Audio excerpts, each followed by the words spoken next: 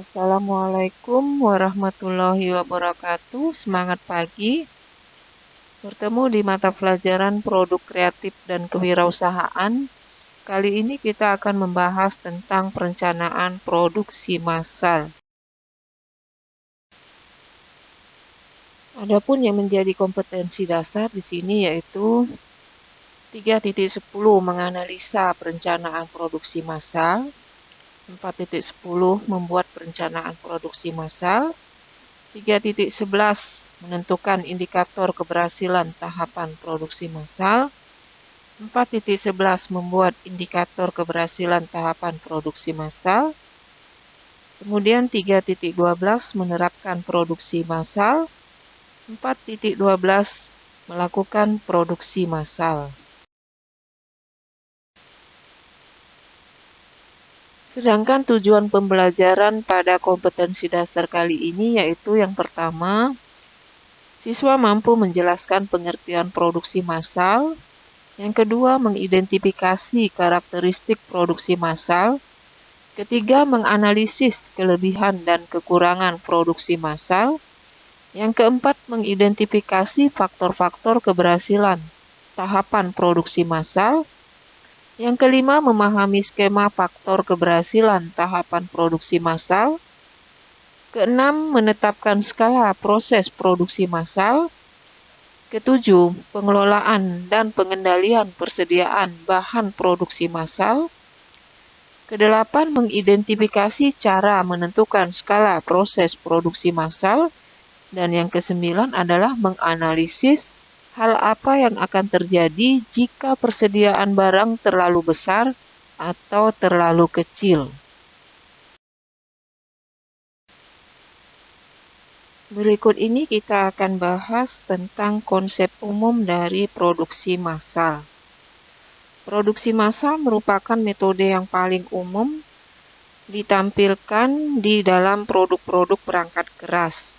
Dengan adanya produksi massal, produk-produk perangkat keras dapat diproduksi dalam jumlah yang banyak dan dalam waktu yang relatif cepat. Namun demikian, produksi massal harus direncanakan dengan matang karena produksi massal merupakan produksi yang berkesinambungan. Nah, jika terdapat kesalahan dalam satu tahap produksi, maka tahap lain akan ikut terkena dampaknya. Produksi massal dikenal juga dengan istilah produksi mengalir atau produksi terus-menerus, adalah produksi yang dibuat dalam jumlah besar. Termasuk di dalam produksi massal adalah kegiatan perakitan produk. Bersama dengan produksi kelompok besar atau produksi unit, produksi massal adalah salah satu dari 3 metode produksi. Konsep produksi massal sendiri dapat dijumpai di berbagai jenis produk, mulai dari makanan, air mineral, sampai perakitan kendaraan bermotor dan peralatan rumah tangga. Produksi massal adalah aspek yang dapat menjangkau berbagai macam area ilmu.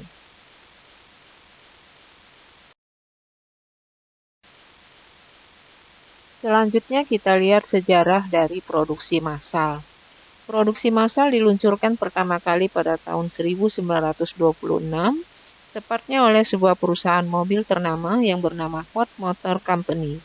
Mulai saat itu, sistem produksi semacam ini mulai dikenal oleh banyak perusahaan. Di awal kemunculannya, sistem produksi massal hanya diterapkan pada produksi barang tertentu saja. Pada tahun 1953, IBM yang berlokasi di New York mengumumkan produk bernama IBM 650. IBM 650 merupakan produk perangkat keras komputer yang pertama kali diproduksi secara massal. Berikut adalah uraian mengenai keuntungan dan kerugian dalam penerapan produksi massal. Keuntungan dari melakukan produksi massal antara lain yaitu yang pertama, proses produksi massal adalah proses otomatis, yakni hanya dijalankan oleh mesin. Yang kedua, menekan biaya pengeluaran untuk pegawai. Yang ketiga, tingkat produksi menjadi meningkat. Dan yang keempat, keuntungannya adalah banyak modal yang dapat ditingkatkan dengan mengurangi beban biaya pegawai. Sedangkan yang menjadi kerugian dari produksi massal adalah yang pertama, mesin untuk produksi massal biasanya berharga mahal. Yang kedua, karena sifatnya yang berulang-ulang, maka pekerja akan kehilangan rasa semangat. Yang ketiga, merupakan produksi yang dianggap kurang fleksibel. Dan yang menjadi kerugian yang keempat adalah jika ada salah satu bagian yang rusak, maka divisi lain harus berhenti sampai mesin tersebut diperbaiki lagi. Membahas perencanaan produksi massal, maka kita harus lihat dulu perencanaan produk. Perencanaan produk adalah proses menciptakan ide produk dan menindaklanjuti sampai produk diperkenalkan ke pasar. Selain itu, perusahaan harus memiliki strategi cadangan apabila produk gagal dalam pemasarannya, termasuk diantaranya eksistensi produk atau perbaikan, distribusi, perubahan harga, dan promosi. Kesuksesan ekonomi produk massal suatu perusahaan tergantung kepada kemampuan untuk mengidentifikasi kebutuhan pelanggan, kemudian secara cepat menciptakan produk yang dapat memenuhi kebutuhan tersebut dengan biaya yang rendah. Hal ini bukan merupakan tanggung jawab bagian pemasaran, bagian manufaktur, atau bagian desain saja, melainkan merupakan tanggung jawab yang melibatkan setiap elemen perusahaan. Metode pengembangan produk berdasarkan kepada permintaan atau persyaratan serta spesifikasi produk oleh customer adalah metode yang cukup baik. Karena dengan berbasis keinginan customer, maka kemungkinan produk tersebut tidak diterima oleh customer menjadi lebih kecil. Dari sudut pandang investor pada perusahaan yang berorientasi laba, usaha pengembangan produk dikatakan sukses jika produk dapat diproduksi dan dijual dengan menghasilkan laba. Namun, laba seringkali sulit untuk dinilai secara cepat dan langsung.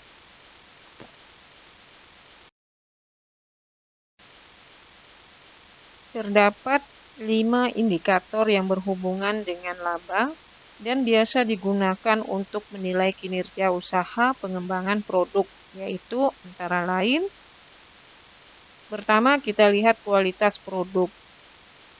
Seberapa baik produk yang dihasilkan dari upaya pengembangan dan dapat memuaskan kebutuhan pelanggan.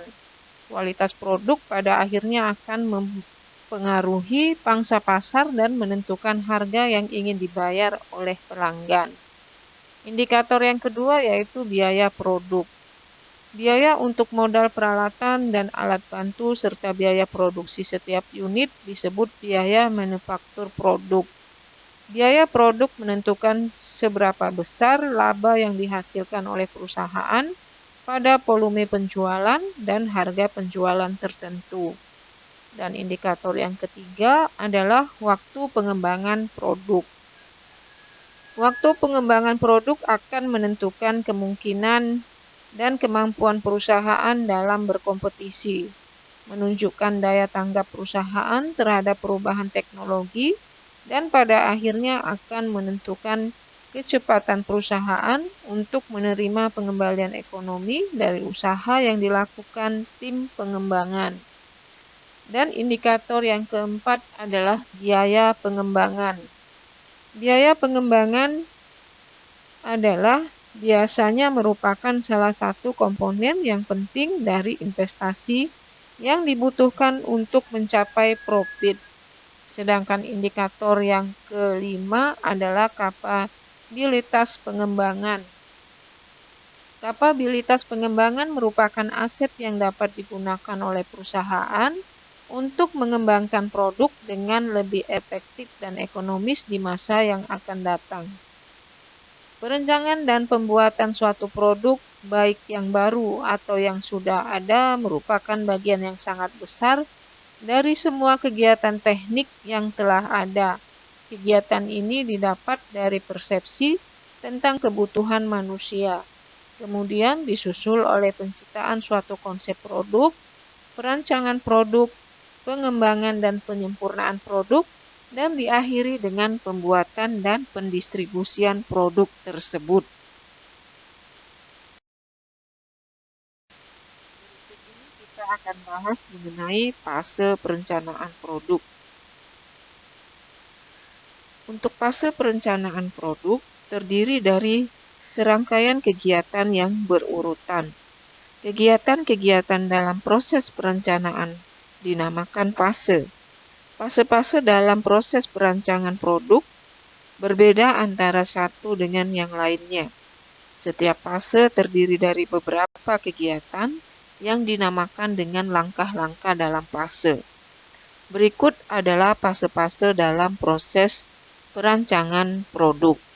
Kita lihat yang pertama yaitu fase mengidentifikasi peluang. Di dalam fase mengidentifikasi peluang, di sini ada 4 cara. Yang pertama yaitu produk baru, yang kedua turunan dari produk yang sudah ada, yang ketiga perbaikan produk yang sudah ada, dan yang keempat adalah produk yang pada dasarnya memang baru. Selanjutnya kita lihat fase yang kedua yaitu fase mengevaluasi dan memprioritaskan proyek. Di dalam fase ini ada beberapa tahapan atau langkah-langkah, yaitu yang pertama adalah strategi bersaing, yang kedua adalah segmentasi pasar, dan yang ketiga adalah perkembangan teknologi, yang keempat adalah perencanaan platform produk, dan yang kelima adalah evaluasi peluang produk baru, dan yang keenam adalah menyeimbangkan portofolio proyek pengembangan. Selanjutnya kita lihat fase yang ketiga yaitu pengalokasian sumber daya dan perencanaan waktu. Pengalokasian sumber daya dan perencanaan waktu itu terdiri dari beberapa aspek lagi, yaitu yang pertama, pengelolaan sumber daya, yang kedua, penentuan waktu proyek, dan berikutnya adalah fase yang keempat. Fase yang keempat ini adalah penyelesaian perencanaan proyek pendahuluan. Penyelesaian perencanaan proyek pendahuluan merupakan tahap penyelesaian perencanaan yang dilakukan setelah suatu proyek disetujui, tetapi belum menuju penggunaan sumber daya. Kegiatan ini melibatkan tim disebut dengan tim inti. Pada fase ini, perusahaan harus mampu menjelaskan visi produk. Selanjutnya, fase merefleksikan hasil dengan proses. Langkah terakhir dari perencanaan dan proses strategi adalah perkiraan dari kualitas produk. Nah, dalam fase ini perkiraan tersebut harus melalui tes yang disebut dengan reality check. Dengan adanya reality check, perusahaan bisa membandingkan kecocokan antara visi misi produk dengan kebutuhan pasar. Jika tidak sesuai, maka harus dilakukan perbaikan.